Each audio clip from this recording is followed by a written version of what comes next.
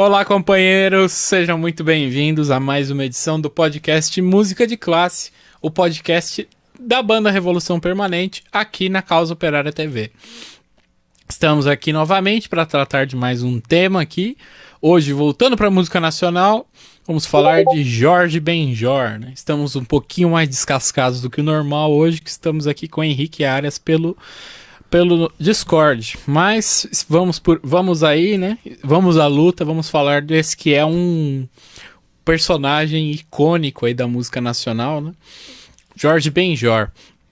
Antes de começar, de fato, eu gostaria de pedir para você que ouve a gente aqui na Causa Operária TV, na Rádio Causa Operária, no Spotify, no Deezer, seja lá onde for que você ouve a gente, pedir para você deixar uma avaliação positiva aí e contribuir com o nosso trabalho, né? Compartilhar com seus amigos, avisar, olha só que legal esse episódio aqui do Música de Classe, né? Ajude aí o crescimento deste que é um programa maravilhoso, né? Da Causa Operária TV, é um programa que nós fazemos com muito carinho, já quase 50 edições, rumo a um ano de Achei que ele fosse falar 50 anos. Quase 50. Aí é estranho. É quase em um ano de programa. Um ano são quantos anos? 52, né? Eu acho que é quase um ano. Não, então. Não sei. Deve ser. É, que teve uns furinhos aí no meio do caminho. Se brincar, tá fazendo um ano hoje. É possível, porque... com dados furos, né? Capaz já tem até dado. Se alguém se lembra aí, deixa É só eu abrir aqui no YouTube e ver, pô. A data do primeiro. Depois a gente vê. Bem, estamos aqui hoje, né, para mais um tema. Vamos falar de Jorge Benjor, né? O Jorge Ben, que é um elemento aí... A gente vai chamar de Jorge Benjor ou de Jorge Ben? Jorge Benson. Jorge Benson. Pode chamar de Jorge Duílio Lima Menezes, que é eu acho maravilhoso. Nome maravilhoso. Nome artístico. De batismo dele.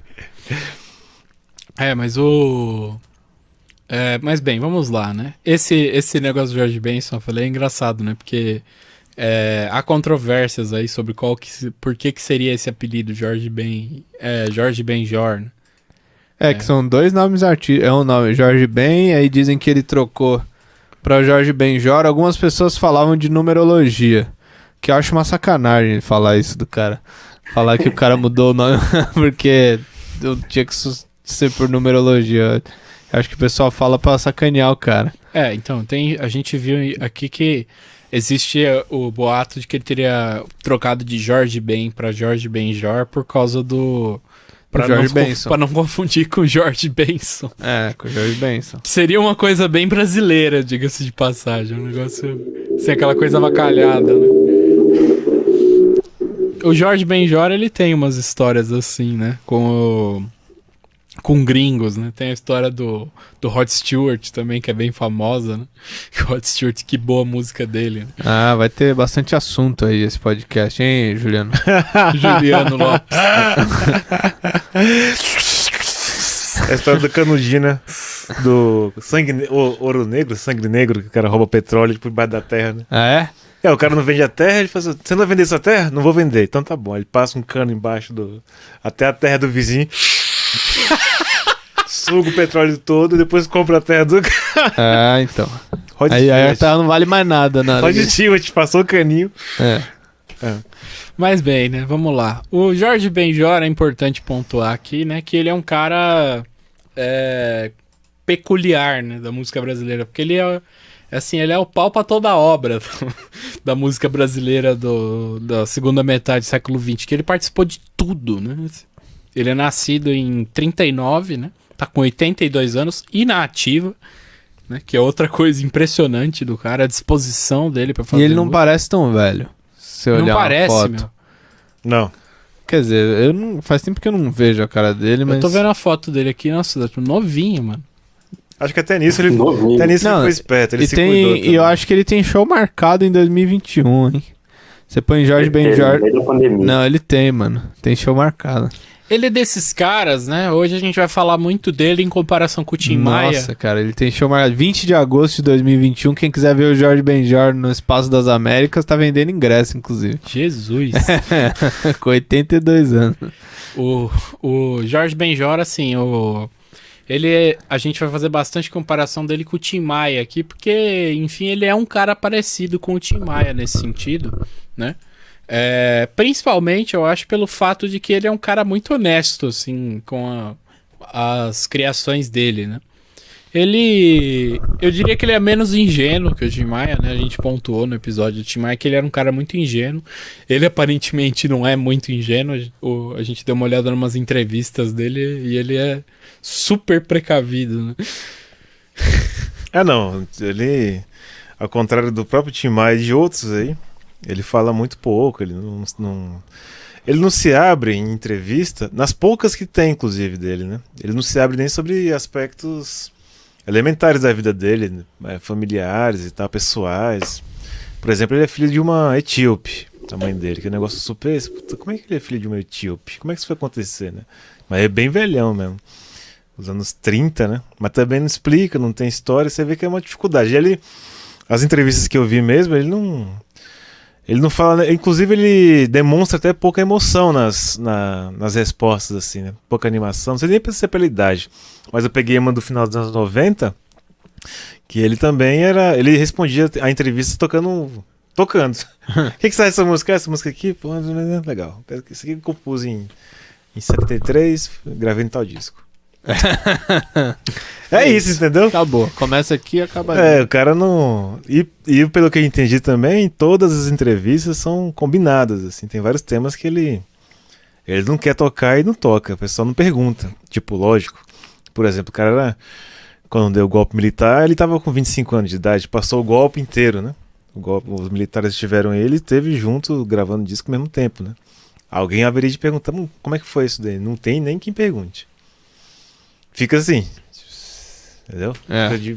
Aí o pessoal vai explorar a questão dos discos e explora também muito a questão esotérica e tal. Mas ele também fala que não mudei de vida, não fiz nada, não fui pra lugar nenhum.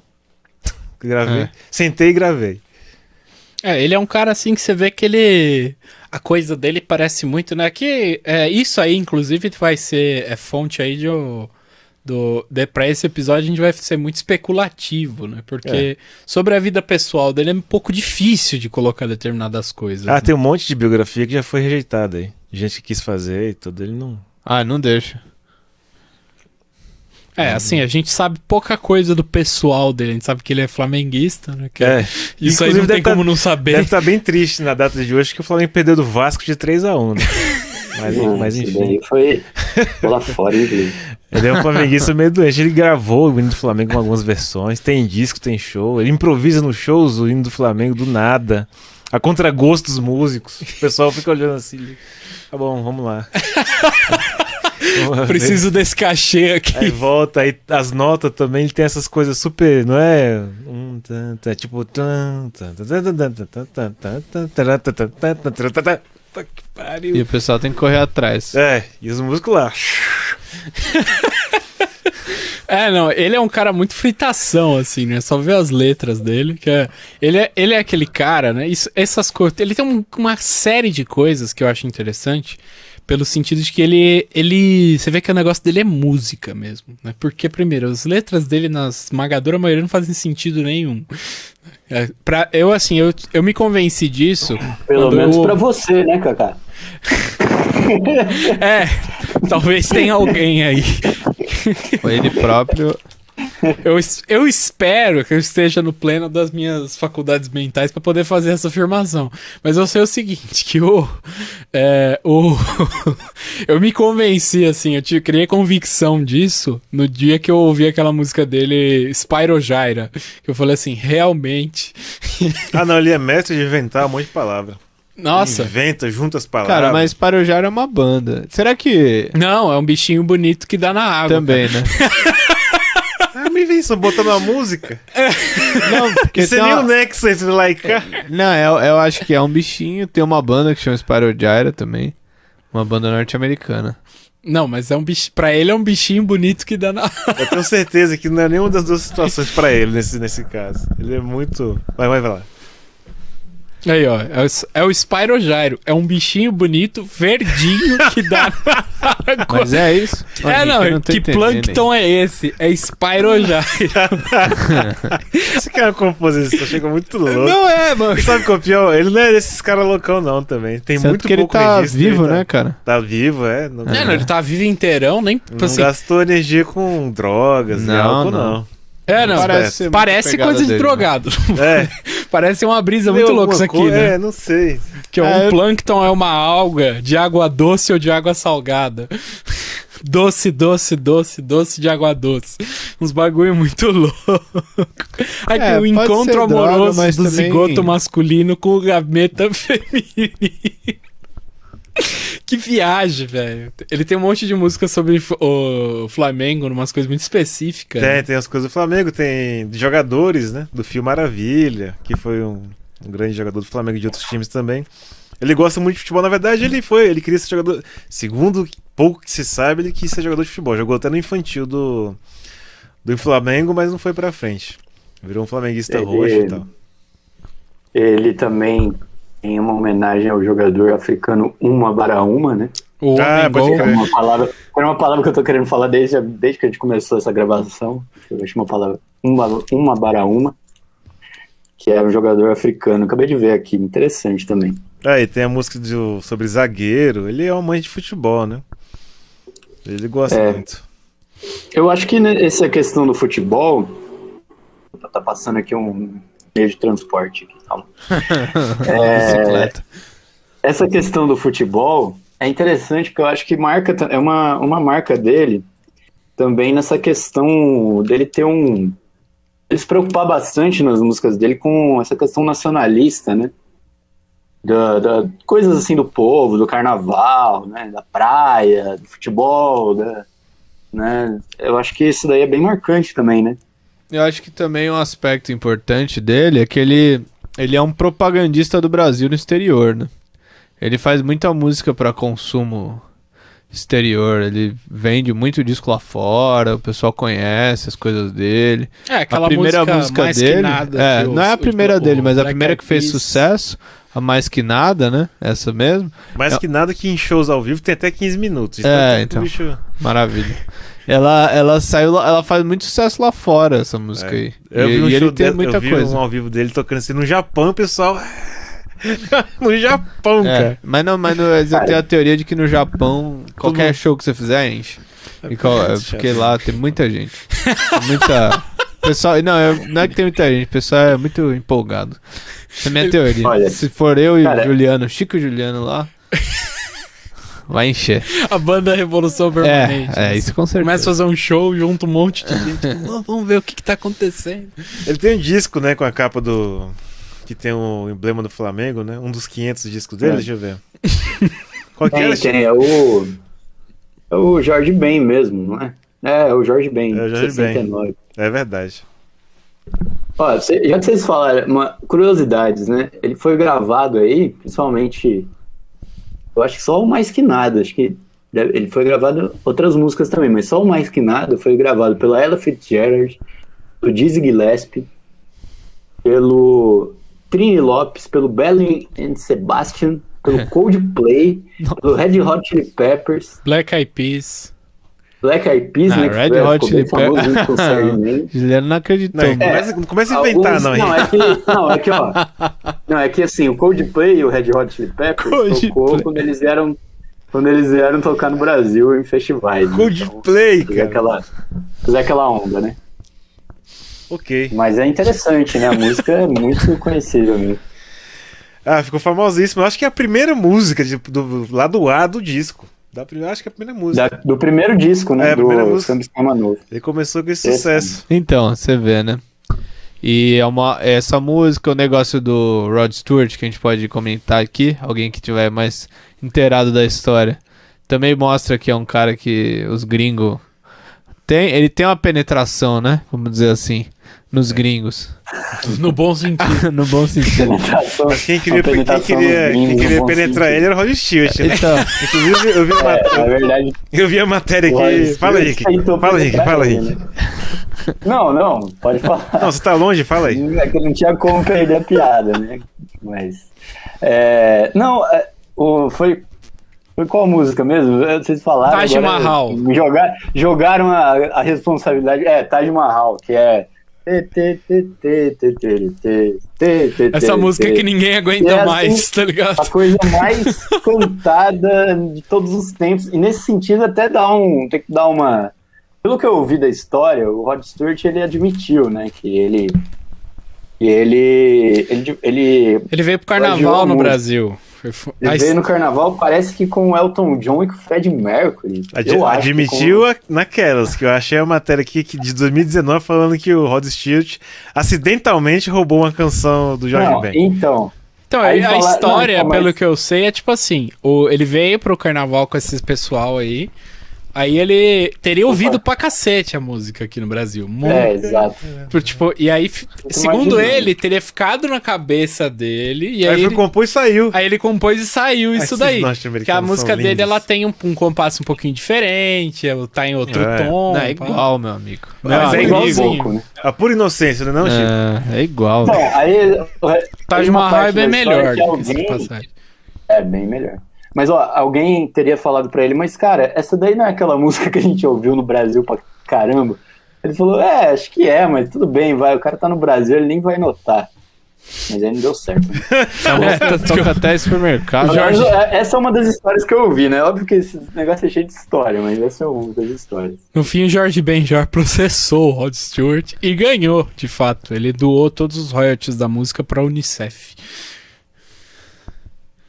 Se ele fosse politizado, doaria pro PCO, né? Os royalties da música ou ele doou o que ele ganhou com o processo? Não, aqui fala dos royalties. É porque vocês não estão vendo a nossa cara aqui de... Uma cara de satisfação com a Unicef, né? Muito bem. É isso aí. Mas eu acho que viva o SUS, viva a Unicef. Pra ele, defenda o SUS. Deve ser alguma coisa bonita, né? Sei lá. Todo mundo é um negócio bonito a Unicef. Eu acho o seguinte, isso é até um gancho interessante pra entrar no problema sobre... sobre a politização dele em geral, tal, as temáticas, né? Ele é um cara que, sinceramente, a gente fez isso pra quem viu o episódio do Tim Maia, vai entender bem, assim, o que a gente acha dele. Ele é um cara que você vê através da trajetória dele, e da música mesmo que ele fez, você consegue perceber toda essa precaução dele hoje em dia, meio que dá a impressão de que ele é um cara que é comprometido com a música, né? Você vê que, assim, ele não tem grandes temáticas políticas nas músicas dele. Eu acho que o mais perto que ele chegou disso daí foi com o negócio dos negros, né? Que ele foi mais longe e tal. E até faz um sentido, porque, o cara é brasileiro, é negro, viveu num período aí, a atividade maior dele foi num período aí de grande turbulência política, então é difícil que o cara não absorvesse um pouco isso, e ele é filho de uma africana, né? Então, a tendência é normal que o cara tendesse pra isso, e mesmo aí, não é assim uma coisa proeminente, tal, é uma coisa que tá lá. Mas é difícil você falar assim, não, ele era super ativista, não sei o que, não. Ele falava sobre e tal, foi, digamos que é o mais perto que ele chegou de fazer uma coisa de fato, né? Mas o trabalho dele, assim, é um trabalho que é muito musical, né? Um cara muito comprometido com a música. Tanto que ele passou aí pelos principais movimentos musicais da década de 50, 60 e 70. Depois teve um revival nos anos 80, né? Com uma fase mais pop dele e tal. E ele mordeu tudo aí, né? Ele tem trabalho com Jovem Guarda, ele tem trabalho com Bossa Nova, ele tem trabalho com gente que nem o Tim Maia, ele tem trabalho com... ele tem uma fase mais pop, ele tem um negócio mais tropicália, ele tem um negócio mais fritação. Mesmo, né? Ele é assim, e eu acho até que o nome do movimento pelo qual ele ficou conhecido, né, samba rock, é um nome muito apropriado, né, porque de fato a música dele é bem isso, né, samba rock. Só um parênteses aqui, um destaque sobre essa questão antes do próprio samba rock, essa questão da influência negra, né? Eu, pelo menos do que eu vi, Ele tem esses 2 discos, né? Esse África... perdão, o Negro é Lindo. De que ano que é esse disco? Deixa eu apaguei aqui. Negro é Lindo é de... Alguém me ajuda a abrir a discografia. 71, 71. 71, que inclusive faz 50 anos. Já fez 50 anos, porque ele foi lançado em janeiro de 51. Que é uma influência direta, né, do movimento negro norte-americano, do Black is Beautiful, etc e tal, do Black Power, não sei o quê. Muito embora as letras do próprio disco, elas não são abertamente políticas, é uma valorização do negro é bonito, negro é legal, negro é bacana. Negro é top. Tem uma homenagem ao Cassius Clay também. Pode crer.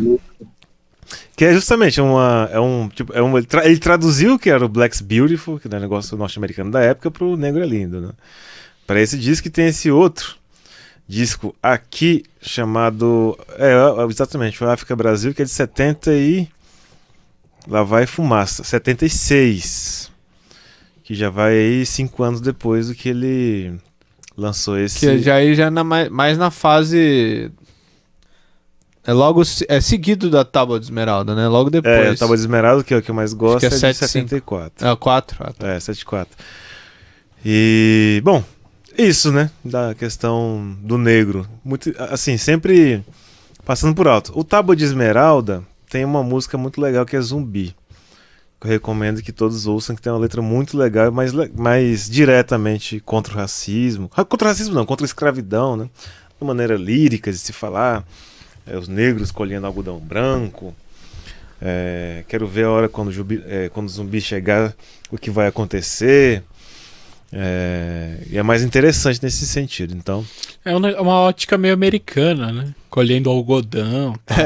Porque aqui não era algodão, né? No Brasil. Ninguém colheu algodão nenhum. No começo você fica até perdido um pouco. Eu falei, pelo menos não que eu saiba, né? Você vai cortar a cana. Sim. Mas ele fala, não, mas tem que fazer justiça, né? tem que fazer justiça. Ele fala, tudo bem, tem esse negócio norte-americano, que de fato é, mas ele fala que é de um lado colhendo algodão branco, do outro colhendo café. Sim, aí sim. Então... Mas não, e no... não é samba rock, né? Mistura tudo. Um misturãozão. Fala, Henrique Arias. Não, uma outra, no disco também, África Brasil, por exemplo, que inclusive é o que tem o Babaraúma. Tem aquela música famosa, Chica da Silva, né? Também sobre escrava. E tem, né? Esses pontos. Acho que o ponto alto, se a gente pode falar alguma coisa próxima de politização dele, acho que seria essas questões do negro mesmo, né? Mas é bem. Porque bem e aí. disperso E é bem uma influência do movimento negro norte-americano, que estava no auge naquela época, né? Os Panteras Negras são fundados em 66, por exemplo. E antes disso era o Black Power, né? Poder negro e tudo. Então, aí tem toda a influência, né? Na cultura teve aqui, tem até no futebol, o Reinaldo do Atlético Mineiro deixou seu Black Power aí por causa dessa época. O próprio Paulo César Caju, enfim, influenciou bastante gente aqui, né? Eu tava vendo aqui, né? Só que o Jorge Ben, ele vai se beneficiar aí, né? Isso é uma coisa importante pontuar, né? A gente, assim, o pessoal que assiste, que acompanha a gente, já tá careca de saber que a gente não é unilateral quando a gente procura falar dos artistas, né? E a gente colocou aqui, ele não era um cara diretamente, assim, super politizado e tal. Ele é um cara que seguiu ele era um cara que seguia muitas tendências da época, né? Até porque, como a gente colocou aqui, aparentemente a coisa dele, né? Eu falo aparentemente porque, como eu falei, tem pouca biografia, não tem como saber exatamente o que tá na cabeça dele. Mas pra nós aqui, você vê que o negócio dele é música. Ele faz show até hoje, tem 1 trilhão de disco. Do jeito que ele tá agora, ele faz show porque quer. Podia simplesmente parar, tá com mais de 80 anos. Mas você vê que o cara, ele gosta do negócio, ele transitou aí por todos os movimentos musicais possíveis, imagináveis que ele conseguiu, né? E ele, né? Ele é um cara que... ele é um cara realmente talentoso, né? Eu particularmente gosto da música dele, acho música interessante e tal. Apesar de eu ter uma consideração de que eu acho que uma parte das coisas fica muito parecida, né? Se você for pegar assim as coisas que são do mesmo período, né? Porque você pode dividir a música dele principalmente 3 coisas, né? Que são aquela primeira fase mais bossa nova dele, o meio do caminho, que é aquela coisa tábua de esmeralda, Negrelindo e tal. Começa assim, não tábua de esmeralda.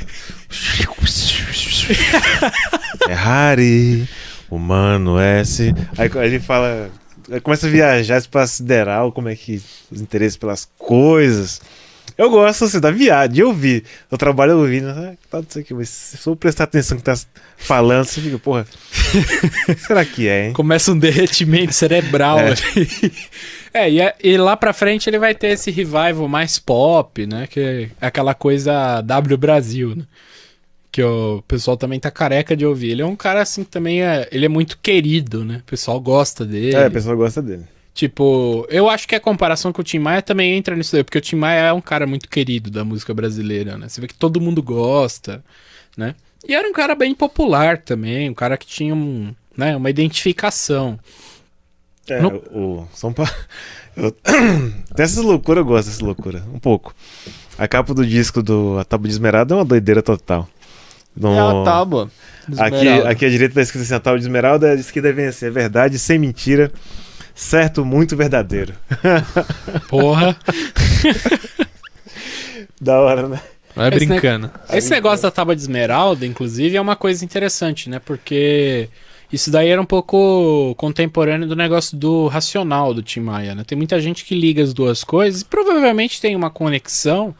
Mas eu acho que também, assim, o caso do Tim Maia, a gente falou aqui que o Tim Maia, ele tava, assim, realmente ele estava, né, compelido com o negócio. Ele se converteu ao negócio do Racional, ele fez 3 discos em cima do negócio, e ele participava mesmo, e quando ele se desiludiu, ele ficou realmente desiludido, né? Esse negócio do Jorge Ben já tem uma cara mais assim, imagino que ele estivesse interessado mesmo pela coisa, assim, não acho que é uma coisa totalmente artificial, mas você vê que não é a mesma coisa, assim, porque primeiro isso é uma coisa muito menos consistente, né, porque, pra quem não sabe, esse negócio de tábua de esmeralda, né, é uma coisa que tem a ver com a alquimia, né, a tábua de esmeralda, ela foi o primeiro... Foi um livro escrito por Hermes Trismegisto.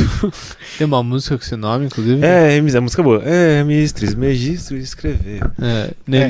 Ele retoma esse cara também em outro... Acho que no disco seguinte. Então, esse livro ele deu origem à alquimia. Daí que vem, ó, os alquimistas estão chegando. Ou seja, faz sentido o negócio. Mas pensando bem, é bem apegado do Racional mesmo. Tem que ver se a gente não tá falando bobagem, né? Aí o Racional saiu depois. Que ano que é o Racional? Tem que ver isso. Ah, vamos ver. Mas é assim, eu sei que tem uma conexão, até porque ele era um cara que conhecia, né, o Tim Maia, né? Ele tem a música W Brasil que ele fala, olha o síndico, Tim Maia, o Tábua de Esmeralda. O Tábua de Esmeralda é de quando, Juliano?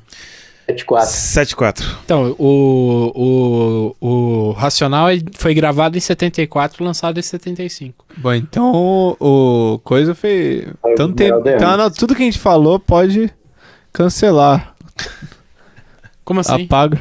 Ué, porque como é que ele se influenciou por um disco que saiu depois? Não, gravado na mesma época. A gravação é de 74 do... Bom, ele podia. E o negócio do Racional do Tim Maia já era antigo. Ele não fez o disco assim que ele se converteu. Ele se converteu, tudo se interessou, fez o negócio. Não, tudo bem, mas a ideia de fazer, de botar num disco, bom, vai saber, né?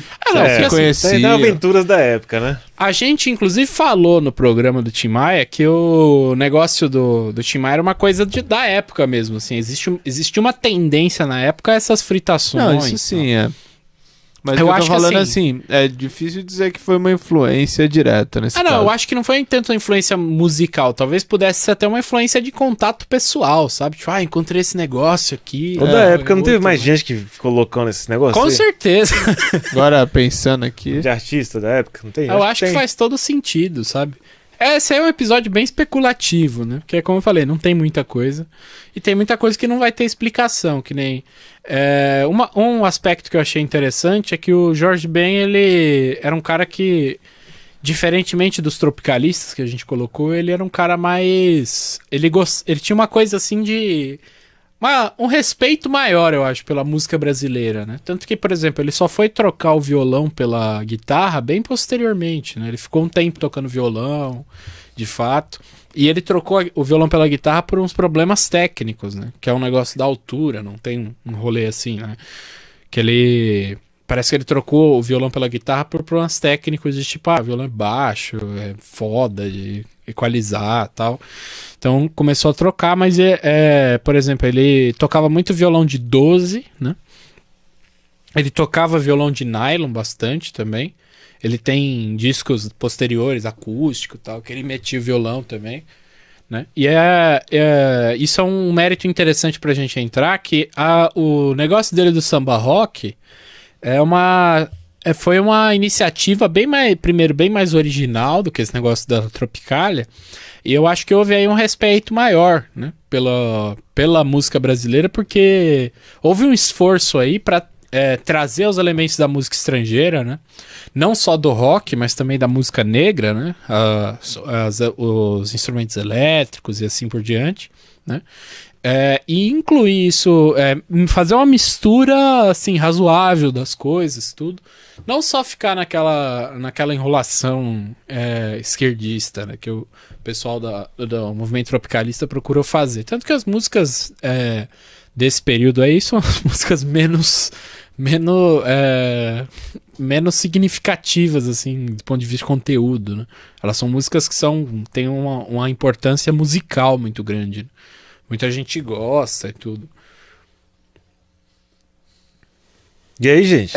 Fala, Henrique. Eu ia falar o seguinte, eu ia falar mais sobre essa questão da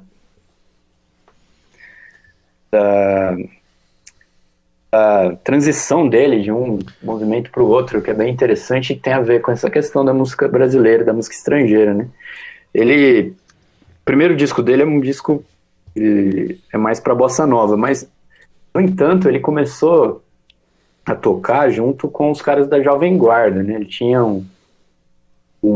fazendo um pouco o papel aqui do Nishimira, né? Ele começou a tocar num grupo que chama Turma do Divino, que tinha o Tim Maia, o Roberto Carlos e o Erasmo Carlos. Então ele começou na Turma da Jovem Guarda.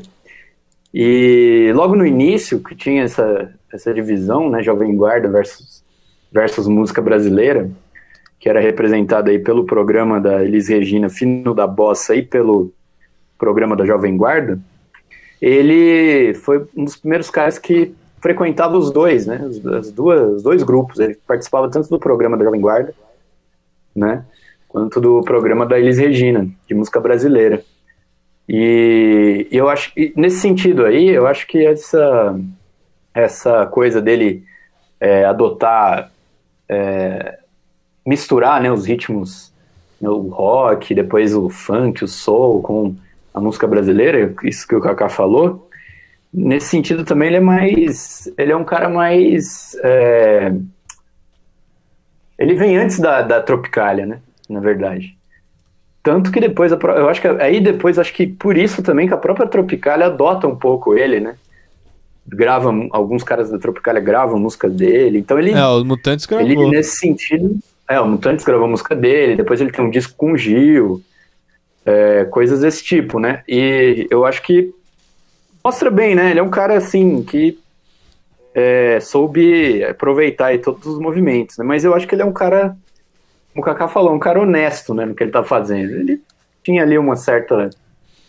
Lógico, não dá pra gente saber exatamente o que passava pela cabeça do cara, né? Mas, finalmente, ele queria fazer música e tava ali, né? Ao mesmo tempo que aproveitava as oportunidades, ele também estava preocupado em fazer música, em experimentar as coisas. Eu acho que tem bastante isso daí na música dele mesmo. Só uma coisinha que eu queria me corrigir aqui. Eu fiquei falando que o revival dele foi nos anos 80, né? O revival do samba rock não foi nos anos 80, ele foi nos anos 2000. Acho que o principal nome desse revival, pelo menos pra mim, né? Não sei se o pessoal vai me questionar aqui, mas é o único que eu particularmente ouço um pouco, é o Seu Jorge, que é um cara... Foi toda uma onda nessa época. Até o Los Hermanos surfou um pouquinho nisso aí. Esse Seu Jorge, inclusive, é um parêntese, né? A gente nunca vai fazer um episódio só sobre ele, porque eu acho que...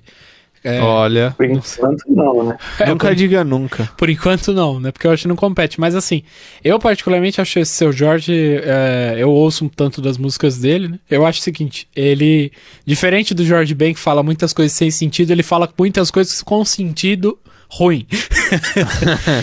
Umas músicas bestas, assim, mas as músicas são boas. Ele canta bem, né? Ele canta bem, tudo, ele tem uns arranjos legais, ele é um cara habilidoso, assim, né? Ele tem aquela música Tive Razão, que é uma música, é uma música bem feita, tudo. Ele, inclusive, tem um show ao vivo dele que ele toca bateria lá, ele sabe tocar, tal. Ele vai lá, ele canta muito, o que chama a atenção, ele canta muito bem, as músicas são bem arranjadas, tudo bem feitas. Foda é que ele fala muita bronha nas músicas, mas fora isso, né, é o único dessa turma aqui que eu tava vendo que eu ouço, né, fora ele que eu conheço é esse Wilson Simoninha, que é filho do Wilson Simonal, mas não conheço a música dele, só conheço de nome. A música do Simoninha é um negócio totalmente irrelevante. Não tem comparação com o pai dele, é um negócio meio... Mas tudo bem, é a vida, né? Papos à parte, eu gosto muito do Wilson Simonal, mas Então, eu acho também. que esse revival do Jorge Ben, né, já voltando um pouco pro Jorge Ben, ele foi mais pros anos 90, né, que, assim, pra gente que viveu aquela época, aquela música W Brasil, ela tocava, assim, em todos os lugares que você imaginar. Você abria a janela de casa, tava tocando W Brasil. Você... Na rua, né? Sabe aquele de comédia que você abre a torneira do banheiro e em vez de cair água, cai a música W Brasil? Essa música tocou muito. Tanto É que... impressionante e a música é muito legal, eu gosto. Ela é de 92. Ela é bem comercial, mas eu gosto bastante. Eu peguei um bode fudido dela por causa disso. Tanto que tocou o negócio. Eu peguei um bode, cara, confesso. Essa da Brasil é de 92. Ela tem bem a cara de uma música dos anos 90, assim. Sim, até a sonoridade dos anos 90. Se eu visse outros... Eu gosto pra cacete dessa Os música. discos dos anos 90 do Paralama, de outras bandas que tinha nessa época, Titãs, tem uma sonoridade bem característica, assim, que é engraçado que você observa bem hoje, né? Na época você não percebia tanto isso daí. Mas o Jorge Ben, né? Essa fase aí é a fase mais apagada dele, né? Tem esse revival dessa música em particular, não sei se tem mais outras, né? Mas ele vai... o estilo vai ter esse revival forte nos anos 2000 com essa turminha que a gente falou que ninguém conhece direito. Esse Seu Jorge aí, eu conheci ele só, né? Não, o pessoal conhece, imagina. Uma historinha engraçada. Não, Seu Jorge. Eu conheci ele, né, através de um meme que fizeram dele, né, com aquela música dele, Burguesinha, que ele fala assim, né, vai no cabeleireiro. Aí o pessoal fez uma montagem que a música inteira ele falando só vai no cabeleireiro. Então, tipo, vai no cabeleireiro, no cabeleireiro, aí volta e continua assim. E a música inteira é só ele falando vai no cabeleireiro e tal. Não, tudo bem, mas ele é um cara famoso. Pô, Não, ele é famoso, tô ligado. Mas eu conheci através disso daí, né? E aí eu fui ouvir por outros motivos, voltei no negócio e falei, puta, é o cara do meme do cabeleireiro. ele fez Cidade de Deus, é o cobrador de ônibus. É o cobrador. Mas esse revival do samba rock aí que eu ouvi mesmo, assim, é só o próprio Seu Jorge, que eu acho, assim, músico razoável, né? Fora as temáticas desagradáveis das músicas. Aí também é da época, né, cara? No ano 2000 foi foda. Nossa, ele tem uma música que é foda, velho. Tipo, a temática é esquisitíssima, uma música chamada Mina Feia, que é muito estranho. Tem que ele vai pegar a amiga da mulher. Ela é amiga da minha mulher, isso é muito estranho também. É umas coisas esquisitas mesmo. Muito esquisito. Ai. Não, é um bagulho de gente doida. Voltando ao Jorge Ben já. Eu vou voltar só pra fazer eu achei aqui um Juliano Lopes. Texto curto, sendo que ele e o Chico Buarque, cada um gravou uma música zoando o outro, né? O Chico gravou uma zoando o Jorge Ben porque ele era flamenguista, e o Jorge Ben gravou uma outra zoando o Chico porque o Chico era tricolor. E os dois gostam de futebol também, né? Isso foi no começo dos anos 80. A do Jorge Ben, o Roberto Corta Essa, o nome da música. E a do Chico, eu não achei o nome, mas parece que é com Ciro Monteiro. É uma polêmica da época com relação ao Roberto Dinamite, etc e tal. E eles... Achei que na internet que tem essas coisas, né? Mas a interpretação do redator, porque tem outras interpretações sobre o ocorrido. Fala que foi um gravando pro outro. Fluminense, né? Como o Fluminense tinha alguma fama, né? Qual que é o significado dessa Roberto É uma tirada. É uma tirada. Depois você vê, Roberto Corta Essa. Eu conheço a música, mas pra mim que era um negócio sem sentido também. Não, era. Ele trocou uma princesinha por um dragão. Que era a saída do. Tá aqui dizendo.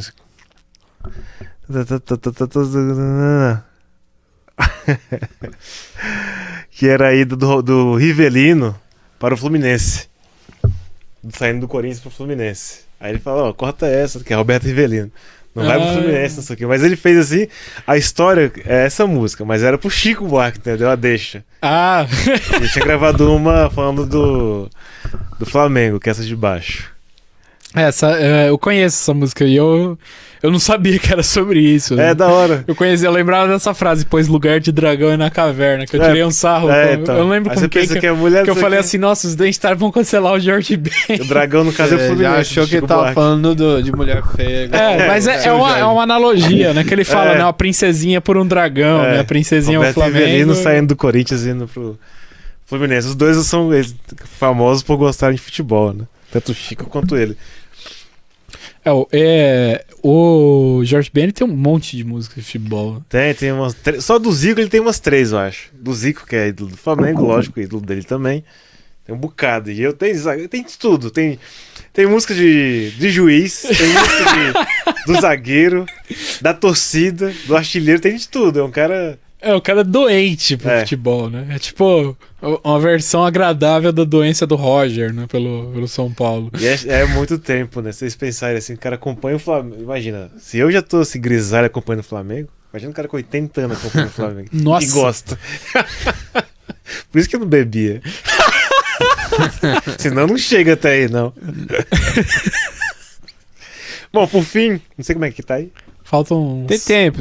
Pode falar, olha, o homem... Tem uns 10 minutinhos ainda. Não, eu queria só falar que uma coisa que eu acho interessante, que é a produção dele, né? Os camaradas que estão ouvindo aí, nós aqui não tivemos a capacidade de HD de ouvir todos os discos dele. É disco pra caramba. Quanto que eu falei que era? Vou ter que contar. Você falou que era 27... Eram uns 20 e tantos discos, quase 30. Quase 30 de estúdio. Arredondando. E mais 8 aí de ao vivo, né? Tem ao vivo... Mais uns muitos aqui. Cara, nos anos 70, pra vocês terem uma ideia, nos anos 70 ele grava disco todo ano. Não passa nenhum ano sem gravar disco. E na verdade, de 69 até 81, não tem nenhum ano que ele não grava um disco. Sendo que tem ano aí que tem 2. 75, por exemplo. O bicho produziu pra caramba, né? Você vê que o cara, ele gosta de música por essas coisas, né? Porque o cara tem que ser muito inspirado pra fazer um disco por ano por 20 anos. Mas isso aí não é só isso. Na época tinha coisa de gravadora também. Tem a gravadora. O Chico Buarque tinha um contrato assim com a gravadora, que ele tinha que gravar um disco por ano. Se você for olhar também, nos anos 70, o Chico Buarque acho que gravou um disco por ano, às vezes até mais. E aí ele fez uma música, chama A Voz do Dono e o Dono da Voz, que critica isso daí, critica o esquema da gravadora, né? Que a gravadora devia ser um negócio sinistro aí. Faz mais um disco logo. Tem a ver com isso daí. Então, tipo... E também, né, depois, hoje em dia, quem que vai ficar gravando disco todo ano, né? Hoje em dia é totalmente fora de você fica esperando. Se você acompanha algum artista esse ano, e olha que assim... Espera 6, 7 anos pra sair um disco. Não, eu lembro que né, eu falei no episódio sobre no metal que eu ouvia muito Slipknot.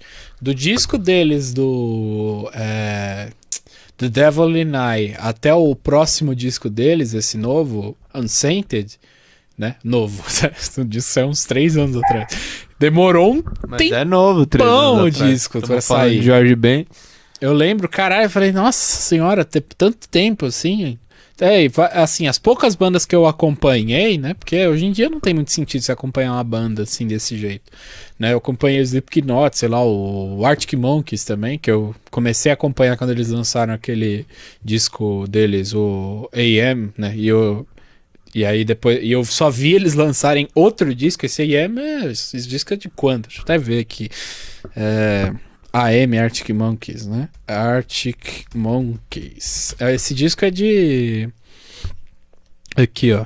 De setembro de 2013. Até eles lançarem o próximo disco, que é o Tranquility Base Hotel e Cassino. O Tranquility Base Hotel e Cassino é de 2018, velho. 2013 até 2018, há quantos anos? 13, 14, 15, 16, 17, 18. 5 anos de diferença pra soltar um disco. Eu tava... Destacar exatamente isso daí, né? O último disco dele é de 95, o Homo Sapiens, quer dizer, 25 anos. Depois ele tem mais 2 discos. Um em 2004, que é o Reactivus Amor Est, e um de 2007.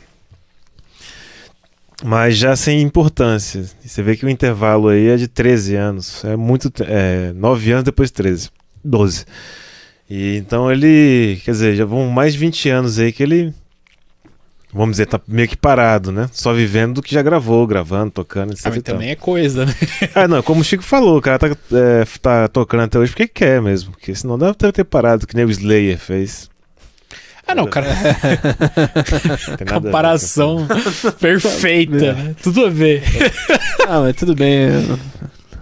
Não, mas o cara, 80 anos e tocando ainda, velho. E tá inteiraço com 80 anos, você vê as fotos dele. Não tem um cabelo branco na cabeça. Não, uma outra coisa que eu queria destacar era isso, porque o camarada que tá... acusação gravíssima, Chico. O camarada que esteja aí ouvindo no programa, com certeza capaz de ter ouvido alguma coisa que a gente não tem ouvido. Pegou alguma coisa que a gente não pegou, porque finalmente... 100% de certeza que ele ouviu. 27 discos a 10 músicas por disco, dá 270 canções. E deve ter coisa mais interessante que eu, pelo menos, particularmente não vi. Além desses que eu citei aqui, mas enfim. Por exemplo, ele gravou com The Fevers, cara, um disco, que é um negócio interessante. Meu pai adora The Fevers, mas eu conheci primeiro The Fevers do que o Jorge Ben. Então. Ele tinha um negócio, né? Isso pra colocar também. Ele tinha um negócio meio... Isso aí também eu acho que é uma modinha da época que ele embarcou, né? Que ele tem umas músicas em inglês, né? Tipo, ele tem algumas músicas aí em inglês. Não, mas é normal. Que é meio moda, porque ele participou... Ele teve próximo tanto do pessoal tropicalista quanto do pessoal da Bossa Nova, que ambos tinham esse negócio, né? É normal, o cara faz... Mas pra você vender qualquer coisa lá fora, tem que estar em inglês. Pra você vender bem. Ele tinha... O pessoal fazia muito isso.